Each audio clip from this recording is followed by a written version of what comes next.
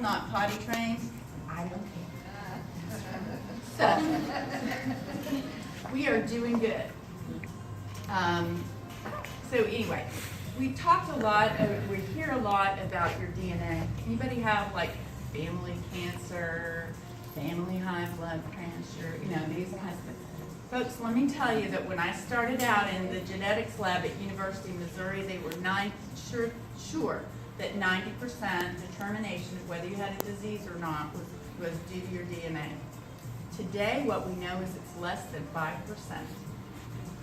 Your having a cancer gene does not mean you will have cancer. It means that it creates a 5% likelihood. The other 95+% is diet and lifestyle. Turns out the way genes work is that you turn them on and off like a light switch. And what you do and how you think and how you sleep and how you move through your day is what decides whether that switch gets flipped on or flipped off. And if it's flipped on, let me tell you that you can also flip it off. Okay? You don't have to express that just because you did in the past. That's the absolute truth, and I'm not lying about that. Feeling good is self-perpetuating, but so is feeling bad. We feel bad, we get up, we don't have energy, so we try to eat a bunch of sugar, or that Danish, or that coffee thing, and we throw ourselves in a loop, and then later we crash, we feel bad, and the whole thing is a whole cycle. Not only that, but our cellular energy is so poor that we don't have time to make up the damage that we're doing, and so we feel worse. But I don't want you to hear that. I want you to hear that when I do the opposite, when I start putting more into my system, right? When I call it health bank.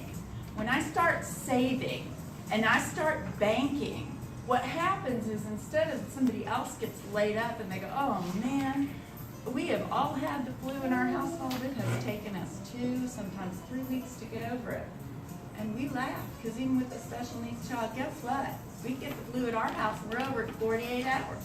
We don't do the flu shot. We don't believe in it, we don't need it, but we live life banking on that good health, working on that immune system all the time, so when you do get something, you're there. The finances are there to back up the need, right? That's ideal. And you get over it so much quicker. Okay, so these 3 things are going to say, okay, she's going to tell me to eat vegetables. Well, I am. But I've got 3 things that are more important, and right now I want you to just focus on these.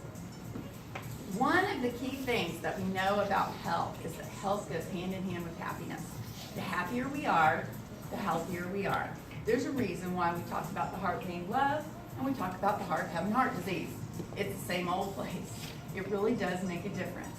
So one of the key things in terms of happiness, in happiness research, is social support. So here we are, supporting each other socially today. It's like a vitamin. But here's the thing that we didn't know until recently. We thought that social support, people who had more social support, lived longer and were healthier. And that was true. But you're 4 times more likely to live longer and 4 times more likely to be healthier if you give social support. And you give social support to others. In fact, I did a long study and found that people who give to other people in their workplace without wanting anything in return, this is where I go, Jeff, come on over here, let me get you in now, let me help you out with that, make you look good on this project. I got a few minutes today before lunch, and I got some time next week. You didn't ask anything, you didn't give anything. We call that altruistic behavior. You give it away, right? You give it out of love. People who did that in their workplace were 40 times more likely to have a promotion within a year. Wow. 40 times more likely to have a promotion within a year. And something like 50 times more likely to double their income in a decade. It was an enormous amount.